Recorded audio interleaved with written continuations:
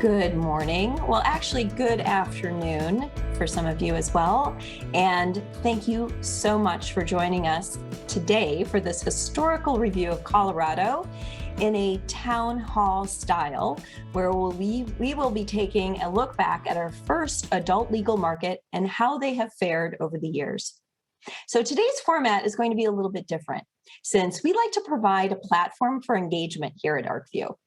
Our panelists will be answering questions live from select members of our audience versus having a set agenda and talking points.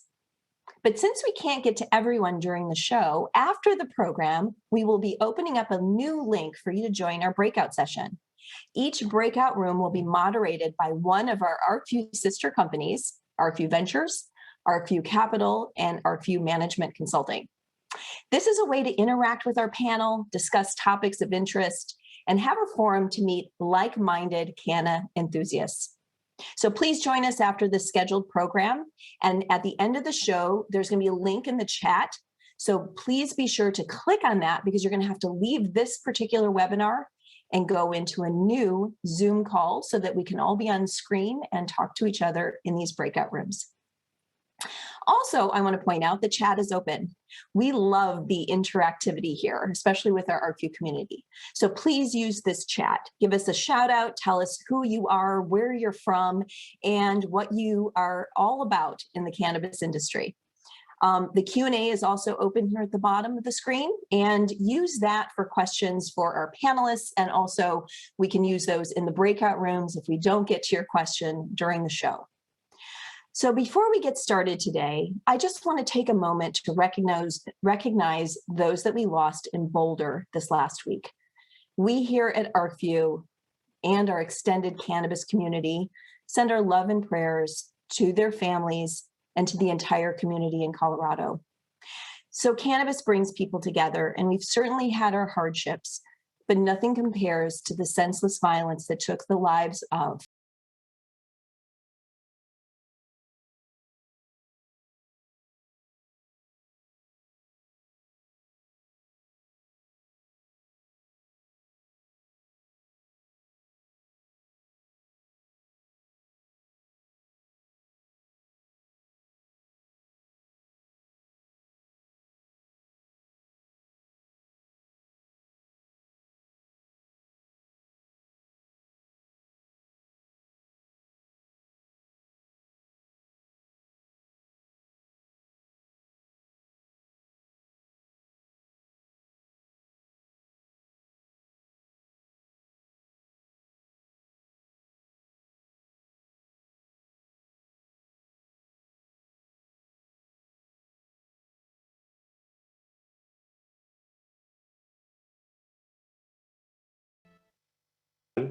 This is Louis Hahn with the Arcview Group. Our hearts and thoughts do go out to Colorado. Hello, everyone. As I mentioned, my name is Louis Hahn, and I'm a VP here at the Arcview Group and your moderator for today. Before we jump in with our amazing guest speakers and community members with their questions to reflect on the last 7 or so years of adult use in Colorado, I want to share a word from Governor Polis of Colorado. Originally, he was supposed to attend live today. However, due to the recent tragedy, he will be attending fallen officer Eric Talley's memorial service today. We still appreciate Governor Polis and his office still making time to make a special video for us. Let me share that with you now, and then we'll start the Q&A for this town hall. I want to thank Louis for moderating and Arcview Cannabis for hosting this town hall today. I'm aware of the long, deep history of Arcview, its relevance for Colorado cannabis history. You know, for example, I know our own Medicine Man was the very first plant-touching company in Arcview history to secure debt financing. And it was that $1.6 million that paved the way for their eventual buyout into the company that we know today as Schwazze. You know, there's been so many great conversations happening around established and budding, pardon the pun, markets in the cannabis and hemp industry from coast to coast. And I want to acknowledge a number of Colorado's amazing speakers that you're going to hear from today. You'll hear from Wanda James, Brandon Banks, Jay and Diane Sarkowski, Peter Barzum, Kelly Perez, my special advisor on cannabis, Ian Sieb, and of course, many others. I join you today as governor of Colorado, but also as a native of Boulder, Colorado, where 10 of our community members' lives were tragically lost just a week ago, including the life of Boulder police officer Eric Talley. I'm grateful for the profound support that the community across the country and world has shown for us as we honor the memory of Officer Talley and the other 9 who were lost. I ask you to hold the people of Colorado in your thoughts today and in the days ahead as our state and nation mourn this tragedy. You know, before 2012, we were just pioneers who took a risk. Since Colorado voters took the first logical step to legalize marijuana use and retail sales, our market has matured and evolved rapidly, way beyond the initial legislation. All of you know too well that the long and insidious history of prohibition still has impacts at each stage of our cannabis development history. In Colorado, we've been laser focused on dismantling and moving on from not letting history hold us back, creating a more just cannabis industry from growers all the way to licensees and products, reducing risks along the way, recognizing the unique opportunity to support job growth and, of course, support state tax revenue through cannabis. We got to work reimagining our tax structure to also promote fairness for operators. Marijuana tax collections in Colorado have far exceeded initial estimates. They led to a $10 million in collection per year since Amendment 64 and Prop AA passed, and a nationwide legalization and tax policy would see billions of dollars per year in marijuana tax revenue. In many cases, medical marijuana use has reduced abuse of alcohol and opiates to treat pain and anxiety and insomnia. It's really changing lives for the better. That's why we passed the medical marijuana condition opiates. Instead of being prescribed an opiate for a disabling medical condition, Colorado residents can now receive prescriptions for medical grade cannabis. In the early days of the pandemic, we cut through the red tape to allow for regulated marijuana stores to facilitate online ordering and social distancing. We moved forward on marijuana delivery permits, further helping Colorado emerge as a leader in the cannabis industry. Just like other regulated commodities like alcohol and tobacco, we've taken steps to craft thoughtful, fair regulations around marijuana delivery and prevent minors from illegally accessing marijuana. Regulations that ensure the continuity of business, especially in a post-COVID world, certainty, safety to consumers, protecting Colorado's children, and you, licensed and badged workers. I gladly signed several pieces of legislation during my first year in office, and delivery took a little while to roll out, with medical delivery starting last year and recreational this year. In February, the Marijuana Enforcement Division, along with the City of Aurora, granted the very first delivery permit to a retail store, Colorado Harvest Company, which is actively working with Color of Cannabis, one of our important stakeholders in the social equity conversation, to engage with many of the incubator companies to really facilitate these delivery operations. As the breadth of legal cannabis businesses continue to grow in Colorado, access to banking, financial services become even more important. But because of federal prohibitions on cannabis, businesses are still having a hard time accessing financial products and services the way every other legal company can. The lack of banking opportunities poses both an economic risk and a public safety risk.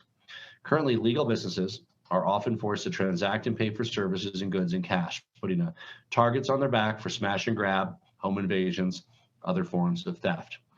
And unfortunately, other legal cannabis states are also familiar with this similar situation, but we need certainty. And to address the problem, we not only have Colorado representatives like Ed Perlmutter leading the SAFER Act at the national level, but we released a forward-thinking roadmap to provide needed guidance, clarity, and support for state-chartered financial services to those who are interested in serving the legal cannabis-related industry. At the state of Colorado, in every agency, WIGS, which stands for Wildly Important Goals, guide our work. The roadmap to cannabis banking and financial services is part of the Department of Regulatory Agency's Wildly Important Goals and provides a real path to deliver financial services for the state's legal marijuana and industrial hemp operations. At the same time, there's some financial institutions here in Colorado that have thankfully provided cannabis businesses with the financial products and services that they need to grow and succeed.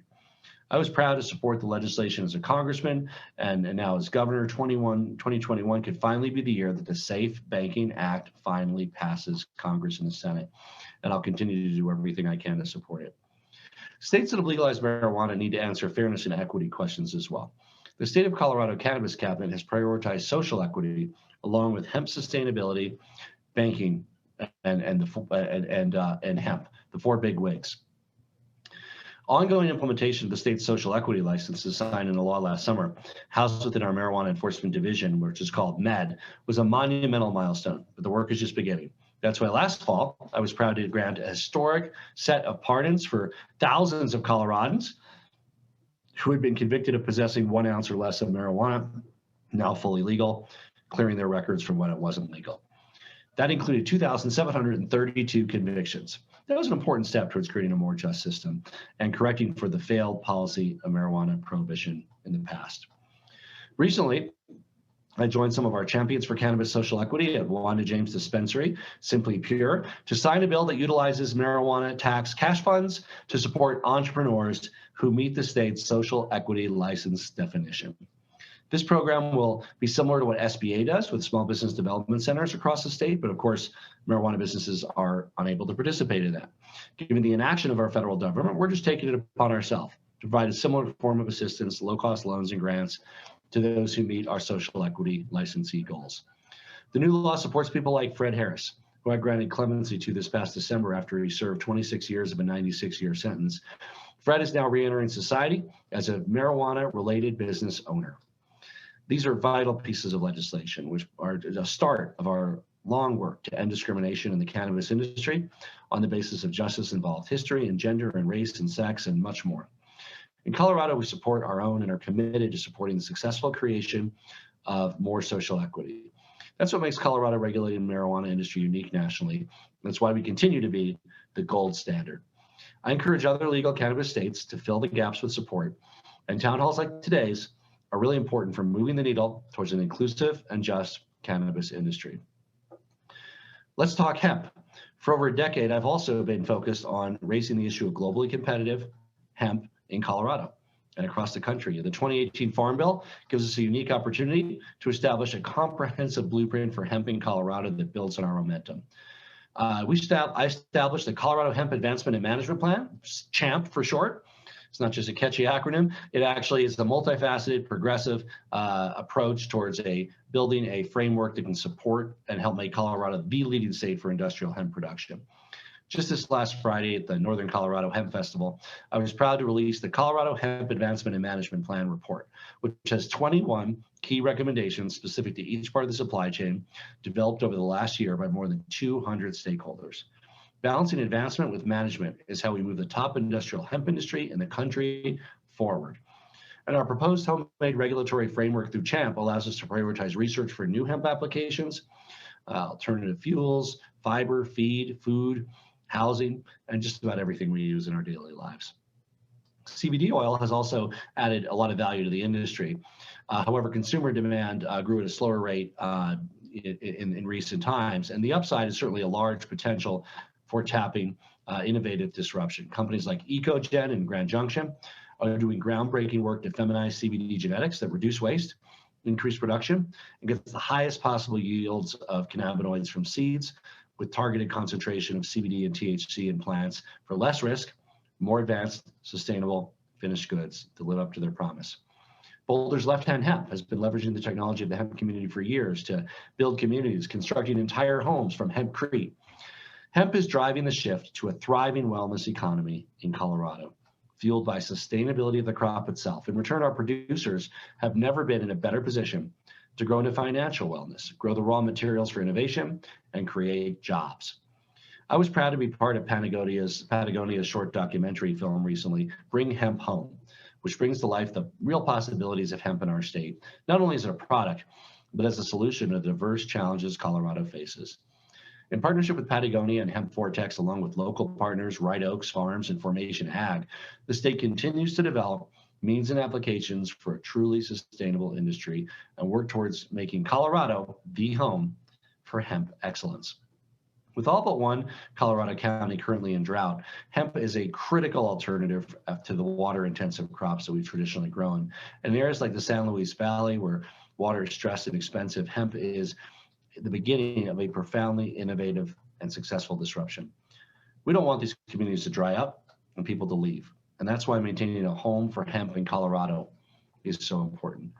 As the momentum continues to build for cannabis and hemp around the country, we're continuing to commit to leading and innovating and sharing what we learn along the way.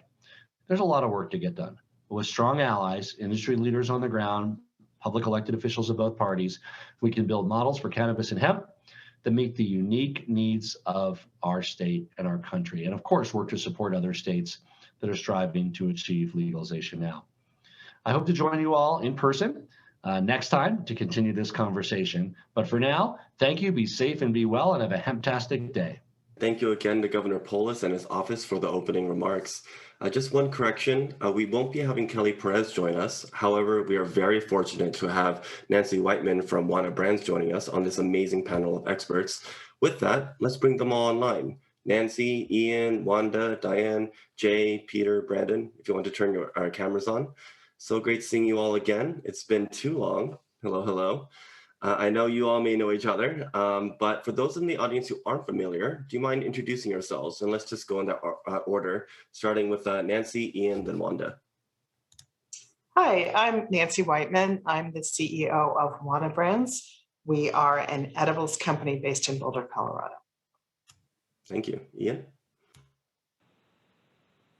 Hi, everybody. My name is Ian Sieb. I am the Governor Special Advisor on Cannabis here in Colorado to Governor Jared Polis. And I am the former owner of Denver Relief, Colorado, one of Colorado's oldest dispensaries, and former partner in Denver Relief Consulting and former chairman of the board of the National Cannabis Industry Association. Thank you, Ian. Wanda? Hello, good morning, everybody. I'm Wanda James. My husband and I have the distinction of being the first African-Americans legally licensed to own a dispensary, cultivation facility, and edible company. Started here in Colorado in 2009. And we are currently the owners of Simply Pure, and we get to do a lot of amazing things throughout Colorado and the nation. Great. Good Thank morning, you, Wanda. everybody. Yep, go ahead. No, go ahead, Jane Diane. Jane Diane Zarkowski here. We got into the industry back in 2009, opened one of Colorado's first dispensaries. Back in the early days, back when Ian Sieb was first getting involved, those were some good times. No rules, no regulation, no licensing, just the wild, wild west for bold people. In 2012, we started Can Advisors. It's the majority of our day work today. Today, we're a 30-person firm in Boulder, Colorado. The majority of the work we do is competitive licensing across the country and business development. Awesome. And Peter, and then Brandon, if you could introduce yourselves. I didn't see anybody yet.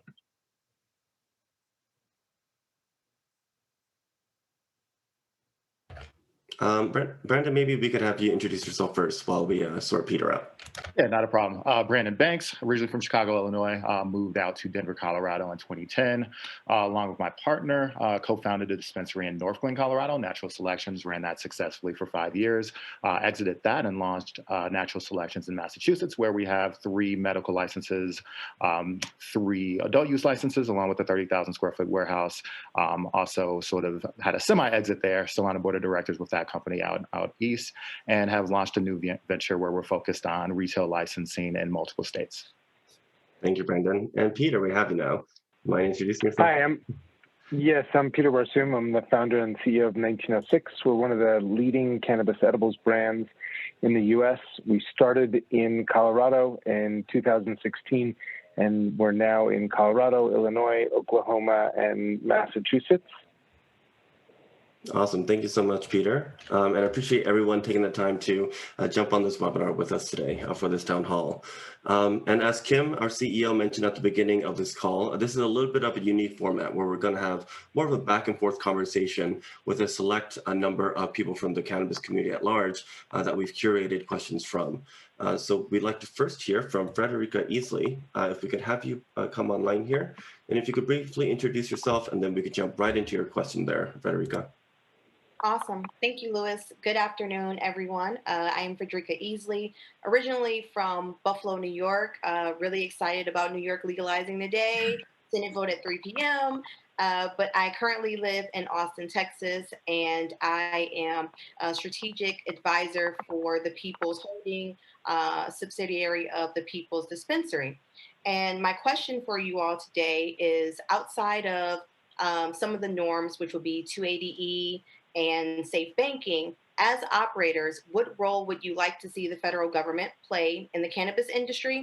And then specifically in terms of diversity and inclusion and social equity, what role would you like to see the federal government play? Nancy, would you like to start us off? Sure, thank you. I appreciate the question. It's a great question. I'm going to take it from the perspective of a manufacturer and a brand, and let others speak to the social equity question. Just backing up for a second, Wana Brands operates in 12, soon to be 13 markets, 11 states plus Canada, and we're launching in Massachusetts, which will be our 13th market shortly. And what happens in today's environment is every time we go into a new market, we essentially have to start over because every state has its own regulations, everything from the universal symbol to packaging to labeling to the warning labels, et cetera, which means that there is no practical way for a brand or a manufacturer to achieve anything that approximates national scale because we have to go sort of state by state. So thinking of it through the lens of a manufacturer and a brand, I would like to see the federal government standardize around things like labeling, packaging, dosage guidelines, universal symbols, allowable product forms. All of those would enable us to operate much more efficiently. And let's, of course, not forget interstate commerce. Okay, that's going to be key as we really are able to source biomass from states where it's able to grow outdoors, where the climate accommodates outdoor grows. The second thing that I would just comment on, both as a manufacturer and a brand, but also as a consumer, is that I do think that there's an important role for the federal government to play in terms of safety. And one of the key things from my perspective is lab testing. I believe we do need to have national standards in terms of what's acceptable in terms of potency testing, pesticide testing, residual solvents, contaminants. Those should not be up to individual labs in states to be setting protocols for those things. And certainly it would be safer for consumers and also much easier for brands to navigate if we had some national standards around those things. I do think also there is a role for standards in terms of the safety of facilities that are actually producing products and growing products. So those would be some of the things that I would point to that I'd like to see the federal government become involved in. Thank you, Always Nancy. interesting when we're talking about social equity, on a panel such as this and talking about it here in Colorado, since it took Colorado 11 years in to be able to establish any kind of social equity guidelines, which quite frankly left very little room for anybody Black or brown to get into this industry, given that I think our last number was 717 dispensaries or something like that here in Colorado, and I don't know how many grow facilities, but we are a mature market. So what I really look forward to seeing as this moves forward is the idea of direct banking, of the SBA actually being involved, because the hardest thing for a Black or brown entrepreneur, not just in cannabis, but in anything that we do, is being able to find capital. Because quite frankly, when you look at things like systemic racism, our businesses are not valued the same. So 11 years into this industry, I'm competing with and no insults taken here, but with the 25-year-old white guy that just came up with an idea that somebody decided to give $25 million to. And yet an organization such as mine that's been around for 11 years is not seen as valuable. And it doesn't mean that the people looking at it are racist per se, but if you are raised in America, you're taught to believe and forgive me here, that your Jewish attorney is better than your Latino attorney, that your your white guy financier is better than your your Black female CFO. So this is part of what we deal with here in America. So the idea for Simply Pure to be able to grow, any Black-owned businesses to be able to grow, to be able to go to a bank and say, we have this great business, here's our cash flow, we make a lot of money, we want to buy 2 more buildings, I want to put new lights in my grow facility. Banking then should be able to give me the line of credit that I'm able to have to be able to grow that business, instead of having some predatory financier wanting 20% of my company for a $100,000 loan. So I'm really looking forward to the possibilities to see where Black and brown businesses or women-led or veteran-led businesses can get once we are able to, it won't level the playing field, but be able to have more access to capital. Yeah, I'll go ahead and echo exactly what Wanda had to say. I mean, I think the one role that the federal government can play will be access to capital and SBA loans. I think a lot of us smaller operators are, on one end, excited about the prospects of federal legalization with, the obvious things like the 280E reform and safe banking. However, we're also terrified on the other hand. I mean, this free flow of capital that's going to enter the market typically does not impact smaller businesses, minority-owned and run businesses. So what kind of guardrails are going to be in place? What sort of set-asides are going to be in place with federal legalization to allow for not only Black and brown and veteran and women-led businesses, but all small businesses to sort of thrive. So I think there's a level of excitement surrounding all of the federal talk and the movement that's that's sort of budding up right now, so to speak. But there is a bit of trepidation in that, man, what's going to happen when these floodgates open? What's going to happen when all of these companies have the ability to uplist on NASDAQ? This is billion-dollar valuations. How do smaller operators even compete there? So again, I think I'm cautiously optimistic, but I'm certainly a bit worried that with this federal movement we might get squeezed out. And to reiterate, I feel like we're definitely going down the right path to hear this said consistently.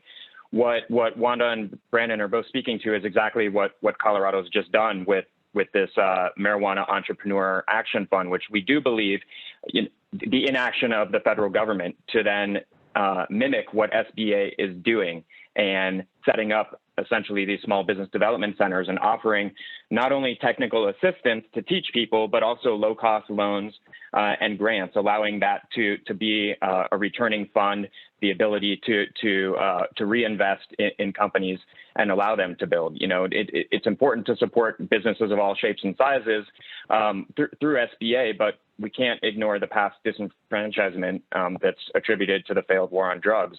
And Colorado's starting to demonstrate that now. Other states and local jurisdictions have done so. But what's happening right now with the federal government and stimulus as a result of COVID is a great example, is that federal stimulus dollars are not going to be allowed to serve direct cannabis companies and companies that touch directly. And so until there's an opportunity to fix that at the federal level, it will be incumbent upon states to do so. And so really looking forward to the federal government to step up and play a role. Some other things I think that come into mind is also things like interstate commerce pacts. Nancy mentioned from a manufacturer standpoint the fact, she's not only packaging and labeling, but she has to set up 13 different manufacturing plants in each state to deal with the fact that she's got to recreate it and she can't take her products across state lines. So the ability to set up an eventual interstate commerce and getting to that point so that the federal government will allow unencumbered transport across state lines. What that looks like, is there going to be an end-to-end blockchain solution that shows so that law enforcement can verify that what is being transported across state lines is in fact on a manifest that we've learned how to do within state lines, so it's just a matter of systems talking to one another, what that's going to look like, whether or not there's an opportunity to look at all the existing federal or all the existing seed to sale tracking systems that may or may not talk to one another, and whether or not we feed that into a national blockchain system that is going to be administered by whatever federal agency eventually runs it, or whether or not things are going to be piecemealed. And finally, I think we need to be cautious as how we deal with existing operations. You know, is there going to be a breakup like there is of big tech? Will there be a monopolistic breakup of existing licenses? Will large companies who are strategic be allowed to continue without forced liquidation of assets? Is it going? What is that going to look like? Recognizing that each state and in each local jurisdiction handled licensing dependent on what was happening at the local level. Great. Louis, if I can, I first want to apologize and again thank Arcview for this opportunity to participate and to ask a question. I was so excited to jump in that I did not start with that, and so I apologize. Thank you all for answering the question. I was taking notes, and so this was really informative. Awesome. Ian, I guess I would just want to say that the war on drugs did not fail. It did exactly what it was intended to do, which was to disproportionately harm Black and Latinx communities. And so it was very successful, right? And we're seeing the remnants of it. But to your point, in terms of reform and in terms of justice being central and equity being central, true equity being central, I've been reading what Senator Sherrod Brown has been saying in terms of the Finance Committee. And so that is giving me a little hope that what Wanda, Brandon, Ian, and Nancy, what you all have said will actually come to fruition. So again, Arcview, Louis, thank you so much for the opportunity. Absolutely. Thank you, Federica, for your question. And to your point, if you have friends who just weren't able to join us on this webinar, we're recording everything, so you don't need to scroll down notes, and we'll be posting this on our website later on as well. But thank you so much for the Q&A there. Let's bring on Patrick Pierce with the next question. Thank you again, Federica. With your question, Patrick, do we have you online? There we go. Yeah, hopefully you can hear me. Thank you very much for having me be part of this and be allowed to participate today. So my name is Patrick Pierce. I'm Public Relations Manager for Oster & Associates out here in San Diego, California. The agency's been around since 1986, and we've worked in a variety of industries, primarily, looking at produce, looking at horticulture, and obviously, once California went recreational, we've been, dipping our toe in cannabis as well. And that's evolved, along with just California. We're out there into Missouri and Illinois now as well, with some opportunities in the cannabis space.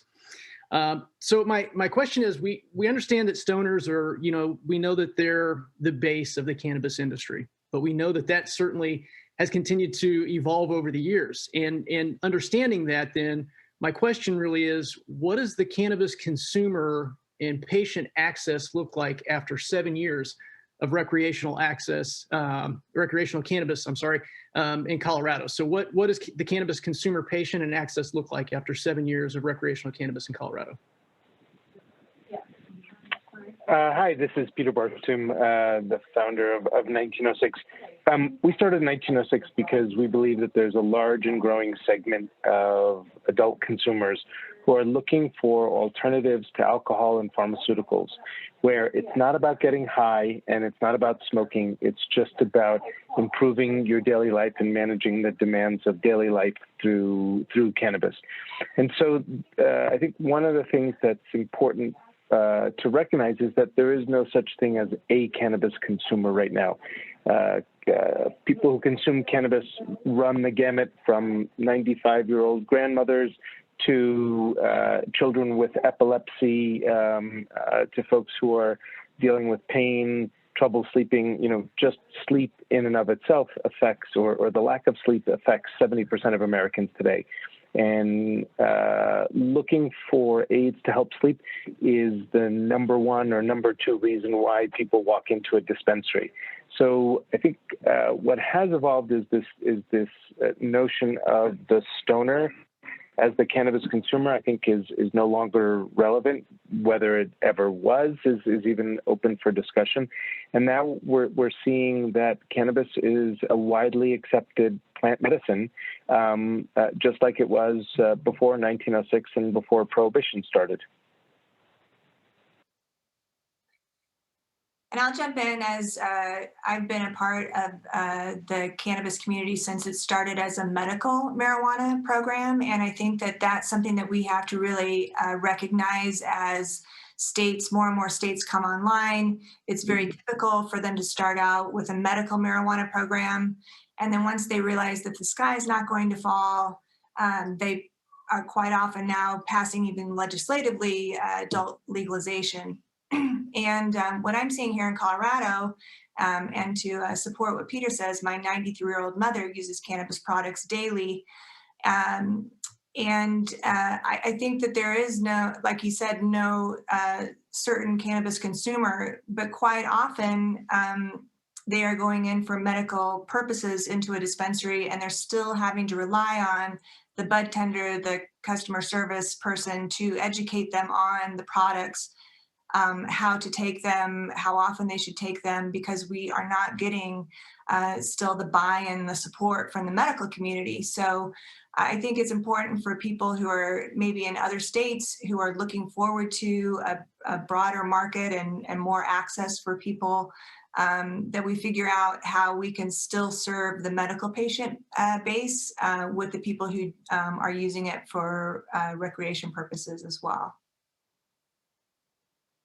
Yeah, I would like to just add to the discussion, if I may, that I also think that we need to be cautious with this distinction between the medical part of the industry and the adult use part of the industry.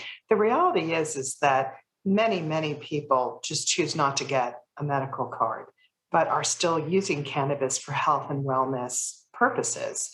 So the fact that they frequent an adult use dispensary doesn't necessarily mean that they're only using the product for recreational purposes. And I think that that's an important thing for people to understand.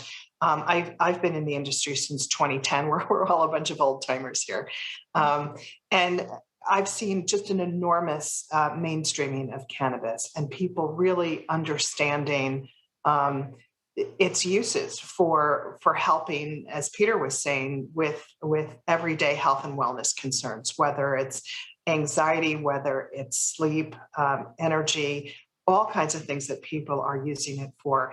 And it is only becoming more mainstream and more well understood as product forms are evolving for more sophisticated formulations that really help address various use case specific type needs. So I think we're going to continue to see that trend. And the stoner stereotype has actually been debunked to a certain degree. There was just some interesting research that came out that people who use cannabis are more likely to exercise, for example, just to give one little random example there, far from sitting on their couch and eating Cheetos and watching Netflix.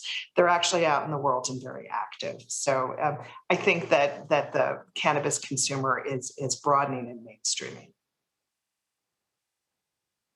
Great, thank you. Patrick, any final thoughts? No, that's it. Thank you very much for your time and all your answers. I appreciate that. Great. Thank you, Patrick, for that great question.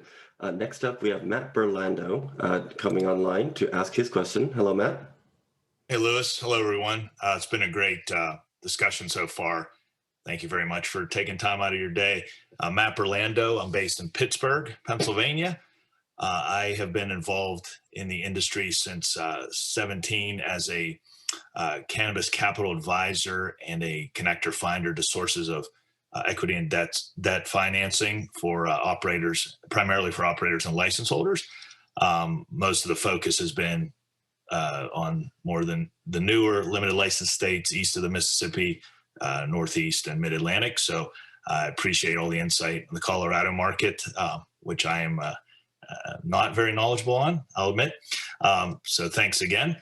My question is for the operators, primarily on this call. What would you guys as operators suggest as a way to establish a national footprint and brand after building a foundation in Colorado? Nancy, would you like to start this off? Sure, I'd be happy to. As I mentioned, we currently operate in 12 markets. And there's essentially two paths, if you will, to oversimplify it, because there's many variation on these paths. But you can either, as an operator, you can strike partnerships in other markets with people who are license holders and operate under their licenses, essentially using some form of a licensing agreement to license the brand and the SOPs, et cetera. Or you can go market by market and get your own license and build out your own facilities, et cetera, within those markets. So those are the two broad strokes, I guess.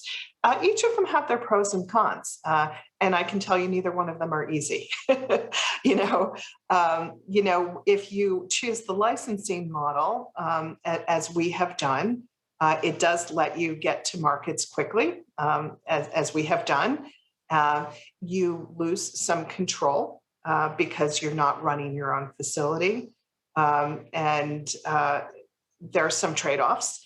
On the other hand, there's speed, and that's worth a lot in cannabis.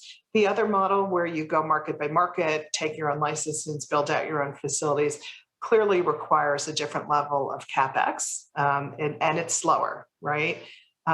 So, it's very much dependent on what the goals of the business are and how quickly they want to get to market and how much they feel they must have control over every aspect of the operation. There's some ways, and we try to put them all in place to really control for consistency and quality, which are of paramount importance to Wana brands.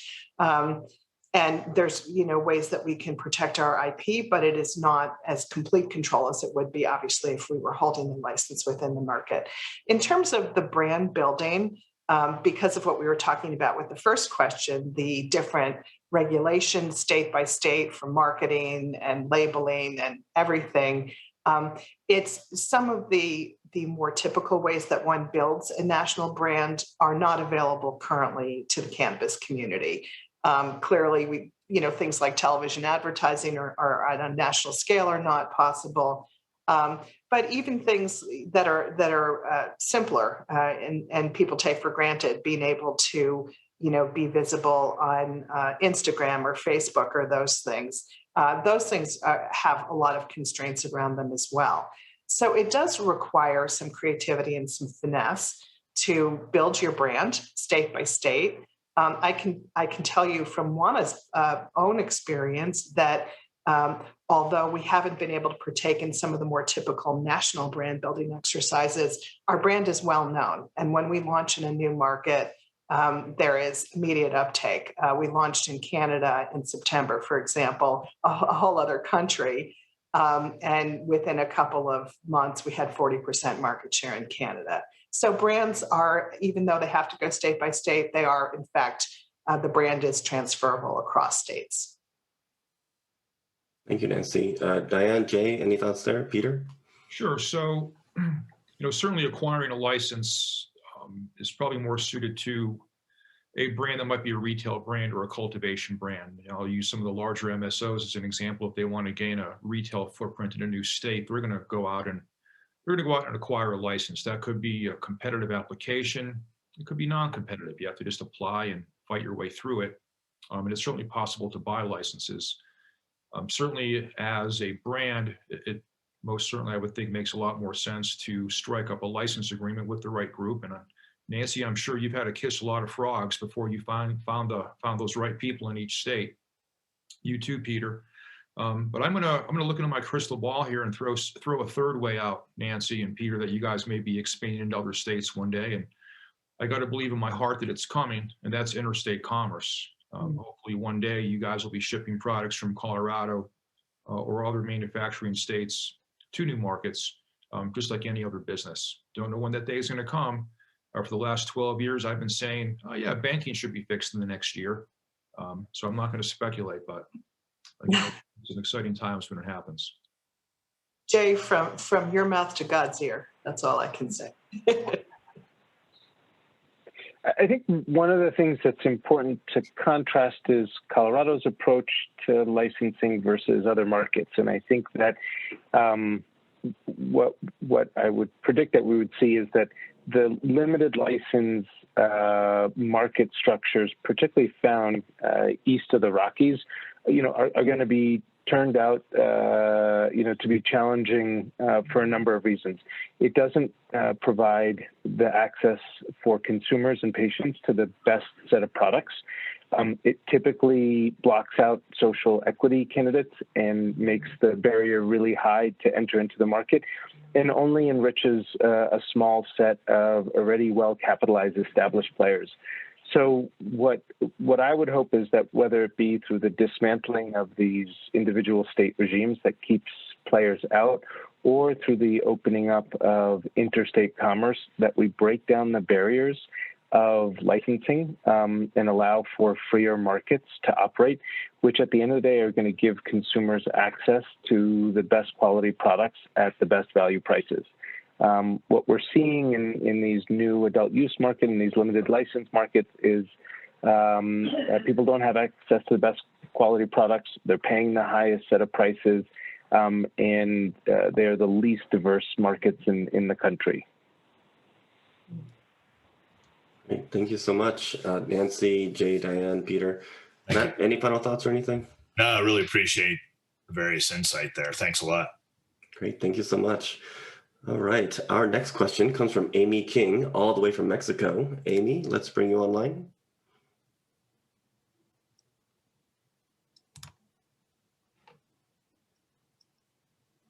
Hi, thanks for having me. Yes, I'm coming to you from Yucatan, sunny Yucatan, Mexico. And I wanted to ask, what do investors look for in a brand new market, say a new country's market like we're anticipating in Mexico? Thanks for the question, Amy. I can kind of jump in and give a smaller operator's kind of perspective here. I think it really depends on the size of your war chest, right? If you're a large MSO, multi-state operator, and you're looking to expand internationally, you're probably going to look at some of those protected markets where there's going to be limited licenses, some of the things that, as Peter mentioned, you're seeing east of the Rockies, where you can kind of instantly deploy that capital, be nearly, certain to achieve licensure and have a competitive advantage and be first to market. For smaller operators like myself, I don't have that war chest. I'm typically shying away from the cultivation angle just because, again, the barriers to entry, the large amounts of capital that are required. But my team can kind of be nimble. We can kind of specify and look for retail opportunities that kind of make sense for us and deploy our capital strategically. So I think a lot of that is going to be dependent on not only the size of the operator, but specifically sort of the size of the war chest and how strategic and granular you can get. And Diane, as longtime Arcview members, any thoughts there? From an investor standpoint, you want to? Sure. So, Diane and I, we've been active investors now for the last 5 or 6 years. And at first, I'll make a public service announcement to anybody that's new to the industry and thinking about investing. It is not instant riches. It is not a guarantee of money up to your elbows when you invest in a plant-touching business. Anybody that I'm looking at right now, Wanda, Nancy, Peter, Ian, could attest to that. Just like any other industry, you can do very well in cannabis, but it's not a guarantee. So what do we look for first and foremost? It's the people, it's the team. Who are we potentially investing in? And we really have to believe in those people to put in money when it comes to a plant-touching business. And certainly it's the market. Any new market, despite any entrepreneur's best intentions, it's going to take years for that market to develop. It's just the way it goes. For licenses that get issued and facilities to be built, we have a rule of threes in this industry. Everything takes 3 times as long, it costs 3 times as much money, and it is 3 times more of a pain in the butt than you thought it would be. But at the end of the day, it's the people that we look at, it's the team. Great, thank you. I would I'm sorry, go ahead. No, go ahead, Nancy, please. Well, I was just going to say, I would just add one other thought to this, that I think investors, first and foremost, and I agree with Jay, of course, it's the team, but when they're evaluating a market, I think one of the key variables is actually the structure of the market. Investing in an Oklahoma-based business where they have 6,000 licenses versus, investing in, New Jersey where there's going to be, I don't know how many, 30, there are fundamentally, structurally, completely different types of investments and completely different dynamics. And so you're either going to be looking at whether you're going to want to be investing in sort of a low barrier entry to market like in Oklahoma, or a very restricted barrier to entry market like some of the east of the Rockies markets that Peter was mentioning. If you look at the MSO strategies, by and large, it's illustrative because they have, by and large, put their bets on the limited license markets. Those have the drawbacks that Peter was talking about, which are quite significant. But from an investor point of view, what they clearly like about those is if you have the capital and the wherewithal to get one of the licenses, it's structurally in your favor because it is a limited competition situation. Any other thoughts about investing from our panelists? Okay, great. Well, Amy, thank you so much for your question. I hope you learned a thing or two. Thank you, Amy. All right, and our last question comes from Carolyn Taylor. Let's bring her online to ask her a question. Hi, Carolyn. Yeah. Hi, y'all. Carolyn Taylor with Paragon Payroll, based here in Texas. So you hear the y'all. We've been supporting the cannabis industry for a number of years. And, the interesting thing that we always run into is our clients and their banking situations. So, you guys have been in the space of the longest. What have the banking and access to financial, different financial streams, everything even down to credit card processing, right? How has all that changed and impacted your businesses since it was legalized in Colorado? Brandon, would you like to take a shot at this? Yeah, sure thing. In Colorado, we were fortunate enough. Early on, it was an incredible challenge, right? No banks would really take us. I think all of the operators on the call probably played the sort of shuffle bank account game where you open up an LLC under a completely different name that's unrelated to cannabis, run all of your business expenses through there, and just hope it doesn't get shut down, right? Even down to your personal accounts getting shut down once they found out that you're affiliated with cannabis. As the market sort of developed, Partners Credit Union stepped up, and they do allow for cannabis banking. I will say that the level of compliance and the background check that was required to even apply for a bank account was probably more strenuous than a state application, all things considered. They do take compliance seriously, and it helps us be better operators when we know that hey, the bank knows that we're compliant. We know that we're a compliant operator, so I think it kind of helps ease that sort of mistrust between banking and operators. For that service, they charge an exorbitant fee. Most operators are paying thousands of dollars in banking fees per month for the privilege of having a bank account, not for the privilege of getting a loan, just for the privilege of having a bank account. So, again, hopefully we see some movement on the federal side. Again, this sort of hurdle and barrier was, far more significant a few years back.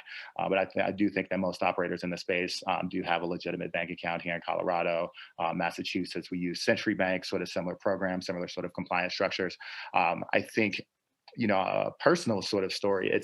I'm really waiting for some sort of safe banking app because I can't get things like life insurance. I just recently had a baby daughter. I can't get life insurance because of my position in cannabis. Mortgage rates are exorbitant. I can't use any of my LLC income to kind of qualify for a mortgage. So there are still some very real challenges for operators in this business that folks really don't talk about. But you are kind of making a bit of a sacrifice with the state of banking. But as far as your day-to-day banking, there are solutions. They're just expensive. I'll also chime in that I still think that it comes down to having a relationship with maybe a more localized or regional bank. We advise our clients to even avoid going to any national bank like Bank of America, Chase. We went through probably 8 banks when we had our dispensary, Boulder Kind Care. We had our kids' savings account, our car loans called, everything was shut down. Don't have the word canna in your business name if you're opening a bank account or anything related to the industry that might be give you away, so to speak. We've even had, as an ancillary business, because we deal on a national level, we've had to open a second account for wires that has a different name to it because the word canna still freaks some banks out. So it still is very much reliant on the relationship that you can forge with that individual bank, and that trust and transparency that you have to be comfortable with to give them all the necessary things that they need to know that you're being compliant.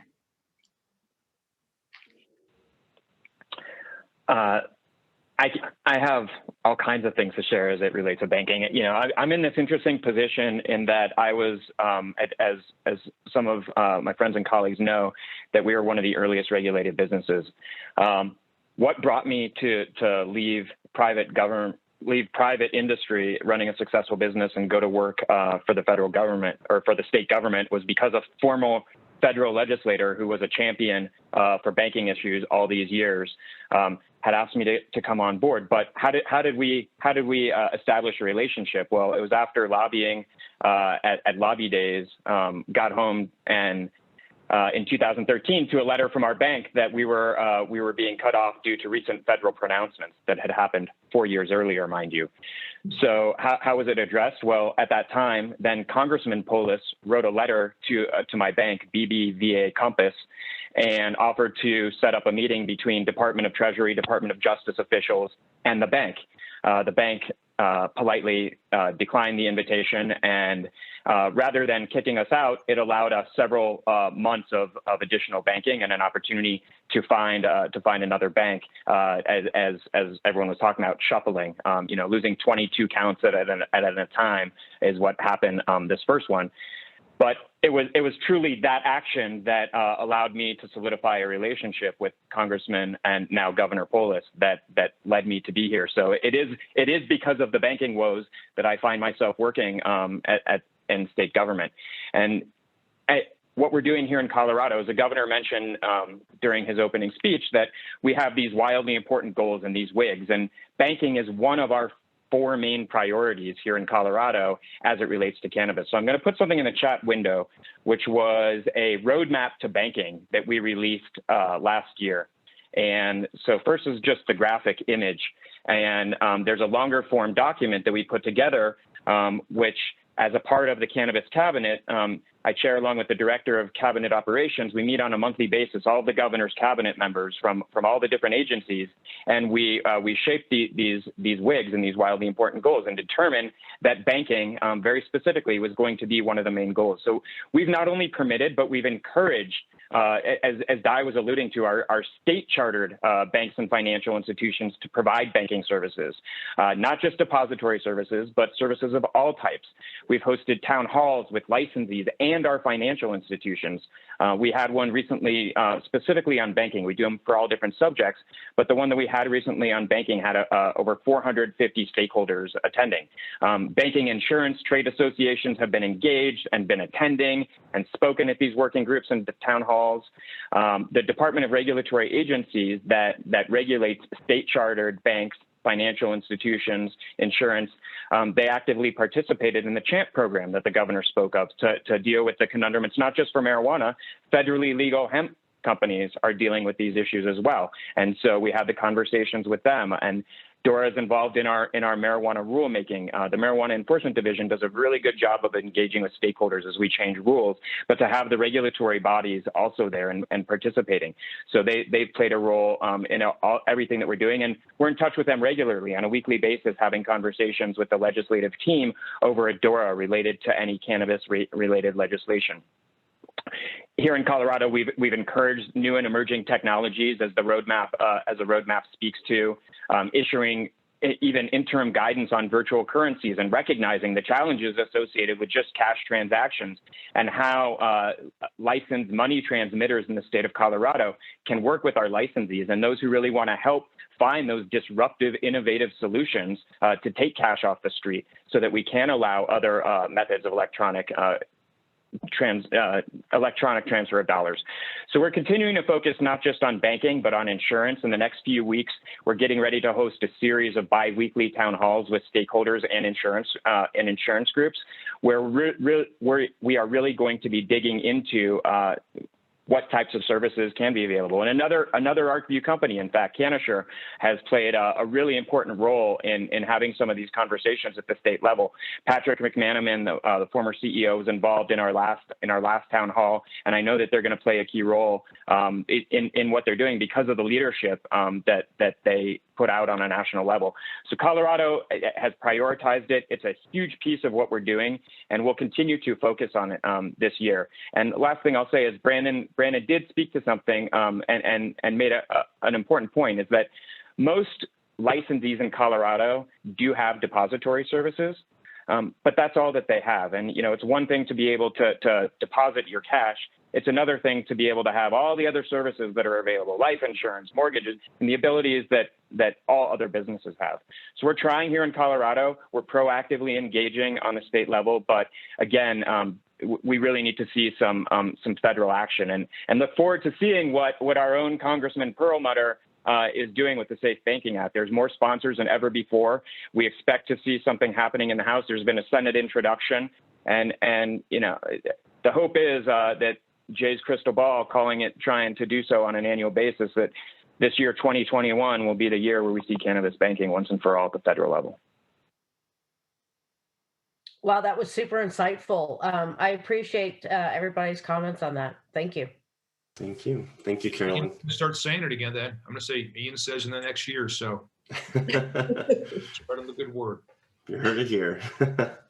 Well, thanks so much, everybody. With that, those are all of our questions. Please don't leave quite yet. If you're tuning in on the audience, we still have more to go. But I want to appreciate all of our wonderful panel of experts, Nancy, Ian, Peter, Wanda, Brandon, Jay, and Diane. Thank you so much for responding to all the questions were asked by Carolyn, Amy, Matt, Patrick, Frederica. Thank you so much for engaging in this discussion with the last hour. I really appreciate all of your wonderful insights. I'd like to make a quick shout out to, well, actually, let me talk about the breakout rooms first. And so the breakout rooms, this is a chance, I see a lot of hands being raised in the chat here. And if you're interested in continuing the discussion, we'll have representatives from the three sister companies of Arcview, Arcview Consulting, Arcview Ventures, and Arcview Capital, all there to help answer your questions and engage in a discussion. Arcview Capital is our investment banking service for larger funds, institutional investors, and also for those who are raising larger transactions or even looking for IPO or M&A activity, also for crowdfunding as well. Arcview Ventures is for those investors who want to work collaboratively in a fund structure to invest in early stage opportunities. And Arcview Consulting is our strategic and management consulting service for advice on how to enter into new markets, advice on capital raising, preparing for federal legalization, or other strategic needs while leveraging our 11 years of experience. So I'll be dropping a link to the breakout rooms in just a minute. But the last thing I'll say is I want to give a special appreciation to our Arcview Alliance partners, particularly two of them, AlphaRoot and ProClinical. AlphaRoot is a tech-enabled insurance brokerage that focuses specifically in the cannabis sector. Their team of industry veterans has long-standing relationships in the cannabis and agriculture insurance space and a unique expertise which allows them to provide customized coverage and access to preferred insurance markets. And ProClinical provides executive search and staffing services in the cannabis industry globally, delivering on every stage of the life science process to help individuals, teams, and whole organizations reach their goals faster. They prioritize building long-term partnerships while placing top-tier professionals specializing in C-suite, board, and executives in the global medicinal cannabis and biotech sectors. Thank you so much, everybody, for tuning in. Hope to see you in the breakout rooms.